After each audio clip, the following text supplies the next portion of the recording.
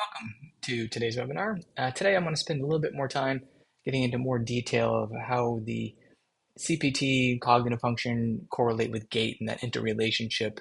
We've touched on it on a few of the webinars already, but I want to go into some more detail today to really show you how we go from synapses to step and how we can navigate brain health and make some determinations about brain health by making some observations about our gait. Stride is never just a physical event. Each step contains a signature of the executive planning pattern in the brain. I was going to call this talk Every Step You Take, I'll be watching you, but that felt a little stalkerish, so I went with Steps to Synapse or whatever. Um, we talk a lot about what executive function is generally, but I just wanted to make sure that we're talking about the same thing when we talk about executive function. Executive function is really the command center of the brain. It controls all of the processes, thoughts, emotions, everything we need to do to interact with our environment successfully. And there are certain domains that are controlling what we do during our course of daily life. And the domains are inhibition, working memory, cognitive flexibility, planning and organization, and attention control. Inhibition, obviously, being able to control yourself. Think about that frontal lobe and how it prevents that reptilian brain from being angry and acting out. So we have to have inhibition. It's also a helpful survival mechanism when we're avoiding distractions while we're driving or while we're playing a sport. Inhibition is able to tune things out, the noise in the background, and focus on what is real that we have to worry about in our environment. Working memory is holding on to and using the information that we acquire through life and remembering directions while you're walking or driving, remembering a play when you're on a sport field. I use football as an example for everything because I'm sort of very football focused. But when you call a play, I need to know what a mesh concept is, what smash is. So being able to have that working memory and adapt as I'm going along, which also ties into cognitive flexibility. It's being able to shift your attention and adapt as things change in your environment. Switching plays, calling an audible, switching up a defense, being able to have that flexibility to change your focus and keep your focus on task. Planning and organization is your ability to structure your day, structure your rehab, structure your workouts, stay on task, stay focused on what you're doing, and create a plan and an organization to execute whatever it is that you need to do. Attention control. This is being able to move from one task to another and not get derailed.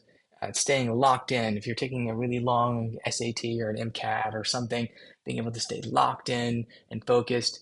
If you're at the end of a long competition, being able to stay locked in, being able to stay focused on what you're doing. These are the things that are exactly what we're talking about when we describe executive function. The Connors continuous performance test that's used in Gait measures these domains, and it allows us to see where some of these domains may or may not be functioning optimally. As we talked about in some of the other webinars, the history of CPT coming from some of the early neuro traumatic cases of boxers and concussion, and then sort of being taken over by the ADHD world, coming back to concussion, coming back to ADHD. And that's not a coincidence. And you also, the CPT use being done with some neurodegenerative diseases.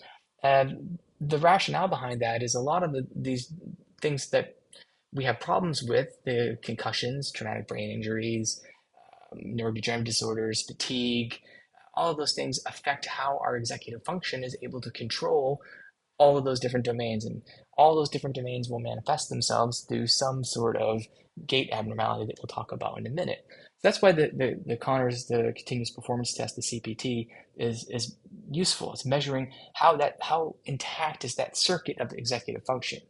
We've all seen the slide in the other webinars on what we do with the Gait app.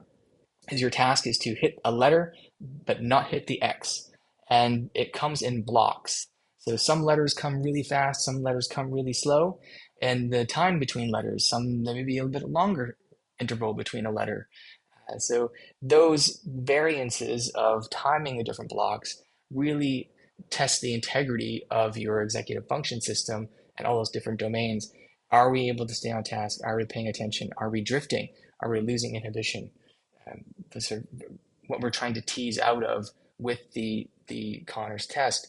The variables that will give us indicators that maybe something is not working optimally within our executive function circuit are these metrics that we pull out of the CPT. And as I've shown in previous webinars, that the changes that we see in executive function that are reflected on the CPT have direct correlations to things that we can see in our gait. The things that are really important for us in terms of athletes, we're looking at hit reaction time, standard deviation, and that is how consistently am I hitting the letters? Is the time even? Is it irregular, regular? If we start having variations in standard deviations, we have issues with gait symmetry, so variability of timing. Commissions, those are committing errors, and that is showing me impulsivity. That's someone who's just hyper focused, hitting the letters. When you see a lot of commissions, we're going to look for things that have sort of lateral power and sway issues, trunk control compensations. So poor inhibition is going to really lead us to a rushed, uncoordinated motor firing of our system, and we can see that with the CPT and on our gait tracings.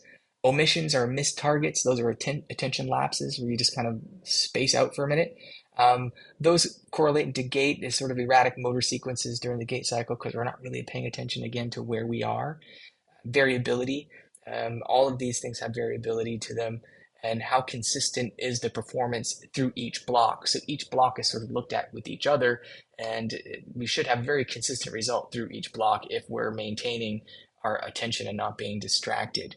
That if we have a lot of variability, we're going to have a lot of asymmetry and a lack of smoothness in our gait. That would be sort of instabilities and sways, medial lateral sways, anterior posterior sways. Hit reaction time, interstimulus interval change is how are we responding to the amount of time between each letter. And if we start seeing deficits in that, then we're starting to think that we have poor adaptability. Because if you think each letter's coming at you, and I've got to worry about that space in between each stimulus, thinking the letter is the stimulus, if I'm not able to adapt to the changing time between the stimulus, then I'm going to have probably a difficult time adapting to my outside world. That was one of the things we talked about with fatigue. We'll start seeing that become a factor towards the end of the Conners test as the athlete's becoming fatigued. We'll see delayed reactions and things like that. We're looking for a couple of patterns with those metrics that we're measuring with Conners. And the two overarching patterns that you're going to see are impulsivity and distractibility. Impulsivity is exactly what it sounds like. It's faster than average hit reaction time, a lot of commission errors, and increased preservations, which are repeated responses within short intervals, showing that we're just not having any inhibition control. So impulsivity, lack of inhibition control. Distractibility is a lot of omission errors. We're missing targets. We're distracted. We're not paying attention. We have an increased hit reaction time standard deviation and an increased hit reaction time variability because we're zoning in and zoning out, zoning in and zoning out, zoning in and zoning out. So those are the two patterns that we're looking for when we're looking at CPT. If we can identify which pattern we have, we can then target some specific interventions and to any cognitive exercises we want to develop for our athlete. I like to incorporate a lot of cognitive work into what I do with athletes because, as we'll see, the executive function circuit is tightly regulated to our gait. So I'll always have a cognitive component to a workout. Like I say with our TBRX exercises, it's like playing the drums. All four limbs are doing something different at the same time. It's a huge cognitive load. And then on top of that, we may put some eye tracking work in. We may put some, I have somebody with impulsivity, I may drop a ball and say, don't catch it till the second bounce. Things like this that I know if I have a distractibility issue or an impulse control issue, I can then target those things while I'm doing the targeted rehabilitation program, or I call it the prehab program, that we'll incorporate into a strength and conditioning program. And these can be 5-minute programs that you'll do before you go to practice or before you hit the weight room that tend to make a really big difference in activating those neural pathways that connect to our motor outputs. The big idea here is that gait is cognition. So the way we walk directly reflects the way that we think, the way that we're able to command our brain. It's a reflection of that integrity of our executive function circuit. Movement is memory. As part of that, we have to learn how to do these movements. That's why highly skilled athletes practice and practice and practice and practice. We're developing motor memory. So movement is memory as well, and that being able to encode that memory is a huge part of our executive function circuit. I like to see rhythm. I like to see symmetry. So when I start seeing rhythm in a gait, I start thinking about healthy, and we're moving towards recovery. So whether we have somebody who's cognitively fatigued, I start seeing changes in gait that look a little bit better. We're starting to see more symmetry. I know we're recovering cognitively. I don't, necessarily have to go and find it in the cognitive test. I can see it manifesting externally in their gait, which I think is quite fascinating. Why this matters, executive function issues have significant consequences on your gait, as we just talked about. Gait variability, trunk sway, asymmetry under fatigue. When a cognitive executive function role begins to tire, we lose impulse control, we lose focus, we have asymmetry in our gait. Reduced postural control. You think posture is standing static in space, and we use a lot of inhibition in our anti-gravity stance to stay upright. You could think of running and walking as controlled falls. It's our posture and motion. So we have to have inhibition and neural firing at the same time to make sure that our gait is smooth. So we can have reduced postural control, and those things will show up in various ways, like things like sway. As a quote of mine, executive function is what allows you to stay on task, stay upright, and stay safe, especially when conditions change or when fatigue sets in. So it's the executive function. What kind of reserve, what kind of plasticity do you have in your executive function circuit? Is going to determine how you perform late in a season, late in a game, when you're tired, when you need it the most. Is your executive function system going to be stepping up? There is a lot of research out here on this. It doesn't, from the whole spectrum of fatigue, like we've talked about, all the way through to aging, with normal aging, with just normal deficits that we see with people who have aging and become less active, and far into that extreme, people we see who have neurodegenerative diseases.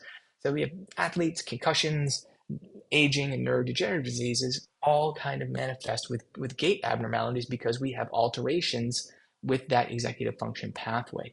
I think it's really interesting if you think of children with ADHD have really high incidences of orthopedic injuries, and a lot of that is they're just clumsy and moving too fast in the world, which is probably partially true, and there's a lack of attention, but also because of that lack of attention and the executive function disorders that come with attention deficit disorders, of course these kids are going to have gait abnormalities. Of course they're going to have issues with navigating environments and obstacles in their environments in sports.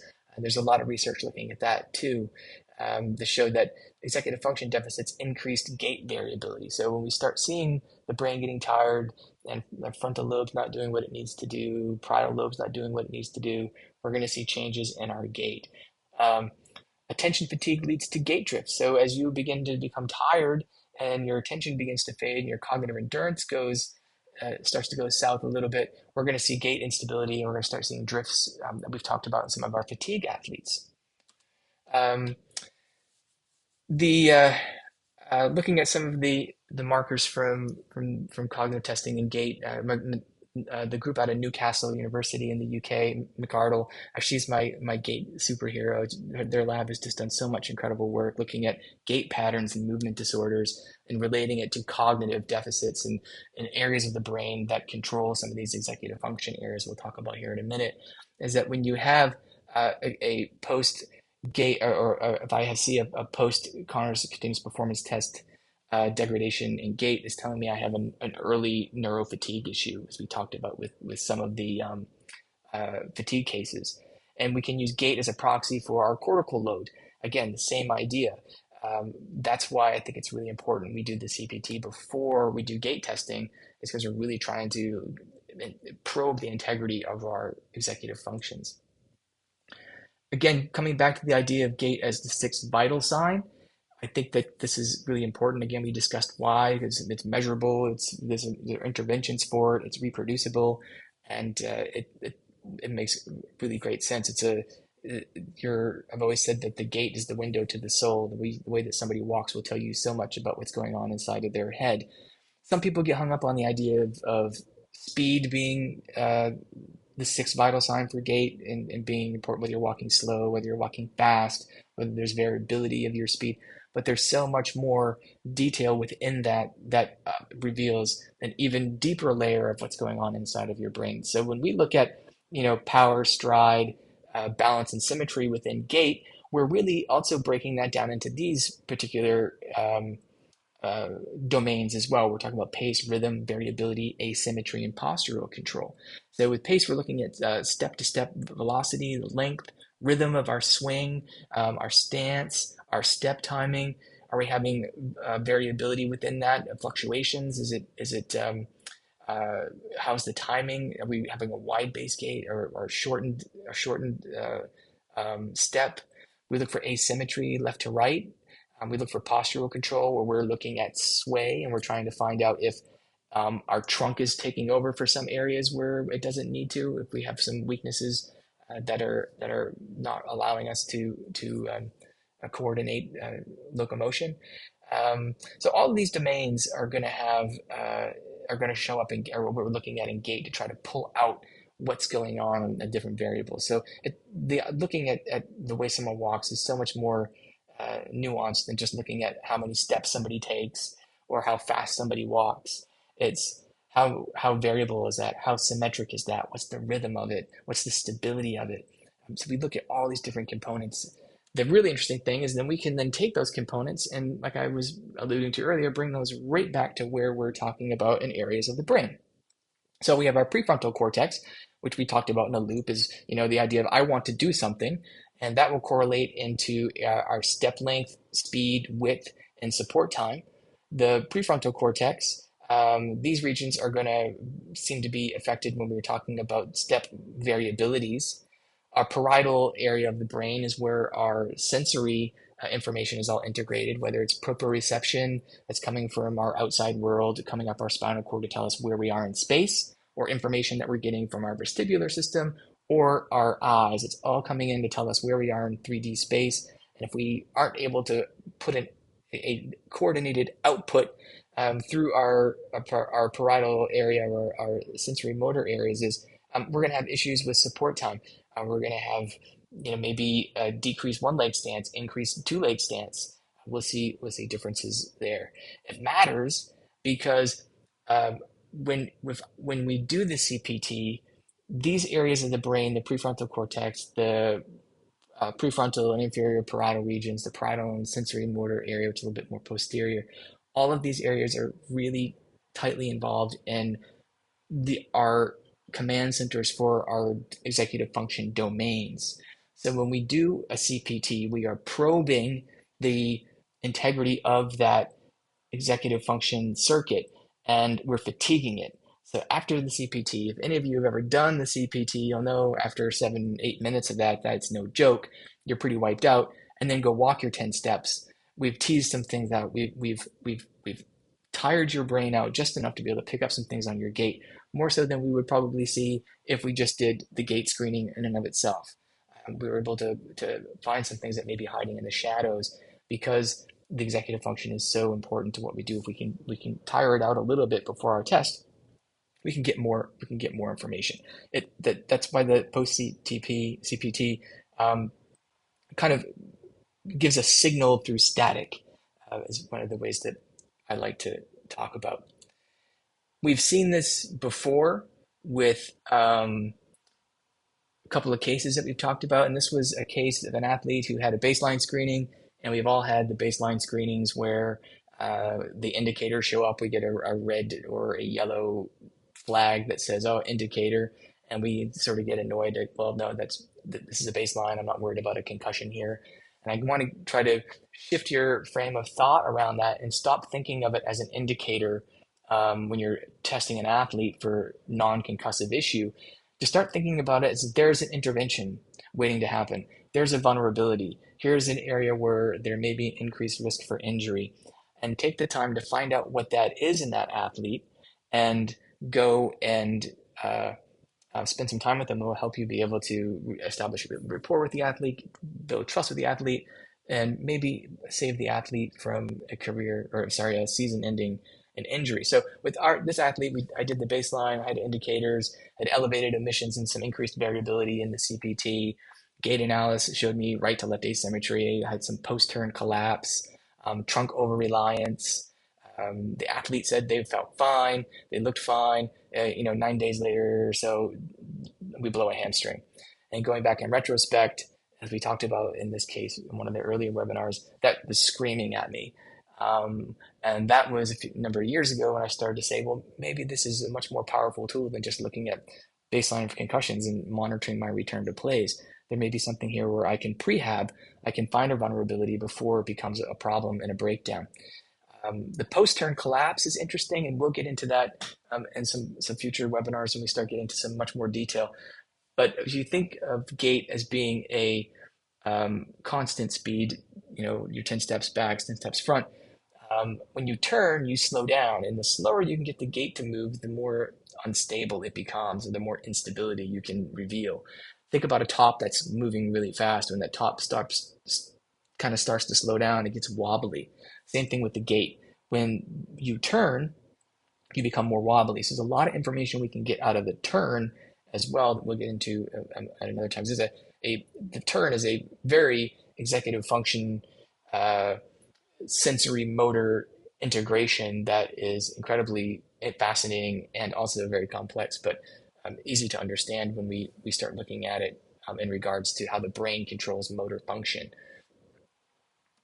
When you're looking at your baselines for your student athletes, or any athlete that you may be working with, or in a wellness clinic, things you want to look out for when you start to see those indicators: elevated CPT variability, and then we're going to go and look at what we're seeing in the gait that will reflect that.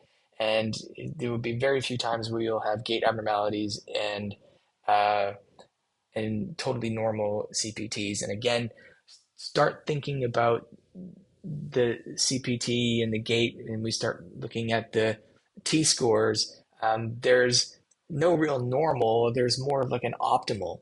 And even though if your T score is close to that 50% where you like to see it, anything on either side of that, it tells me there's an issue I can look at. So when we start seeing gait issues, we're probably going to go back and find some things in the CPT. And when we see things in the CPT, we're probably going to see things manifest in the gait as well. Increased variability is the big warning signs I like to see. That tells me that I'm going to see some sort of gait abnormality when I look at the results of the BKG, or the biokinetic graph tracing that we look at. Some things that are to gait pattern shifts after that is mild fatigue. We talked about when you start seeing medial lateral sways after the CPT, that gets me really worried. Hamstrings, ACLs live in the world of medial lateral sways, so you can um, be cognizant of that. Trunk movement where it shouldn't be. Are we able to inhibit or dampen those motor responses we don't want to keep us from being a victim of gravity and letting momentum and gravity propel us through the environment rather than a coordinated motor control? And we want to look for symmetry. Um, and so you may be able to watch an athlete walk and see the symmetry in the step to step, but sometimes you're not able to see the timing. And I might see this occasionally with your athletes who are worried about, are we hitting our 90% our heart rate today with our workout?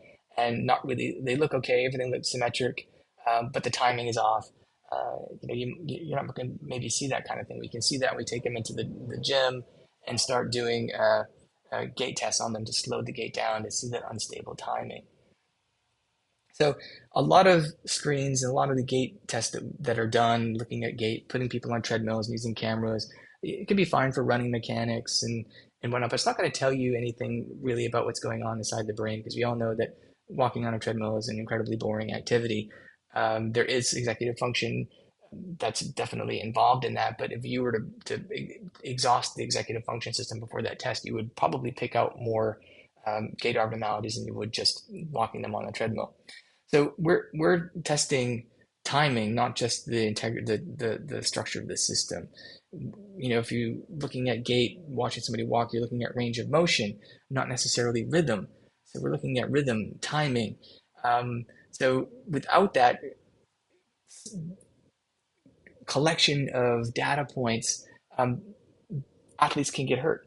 We'd like to keep people on the field. That's our goal. So when we look at the brain and how it manifests in motor function, it gives us a lot of detail on what we have to do to get a player recovered, to get a player ready to return to play, or get a player ready for the next match or for the beginning of the season.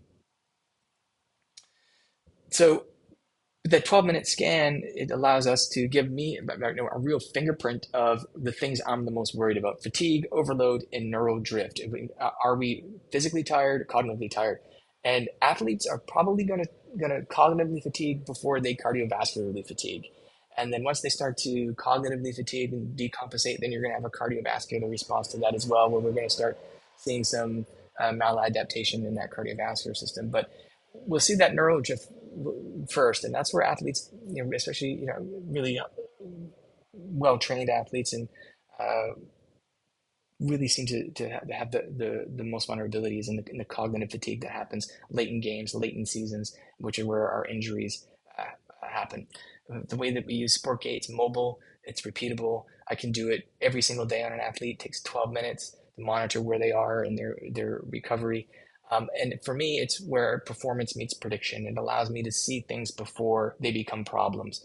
That's what I want to do. I want to try to prevent anything from happening. And I, I've said this 100 times. I'll probably say it 100 more times.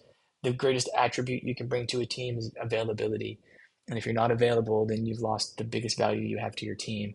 So if I can predict or have some idea that there may be an increased risk of something here, and I can come up with an intervention and possibly prevent it, I want to do that.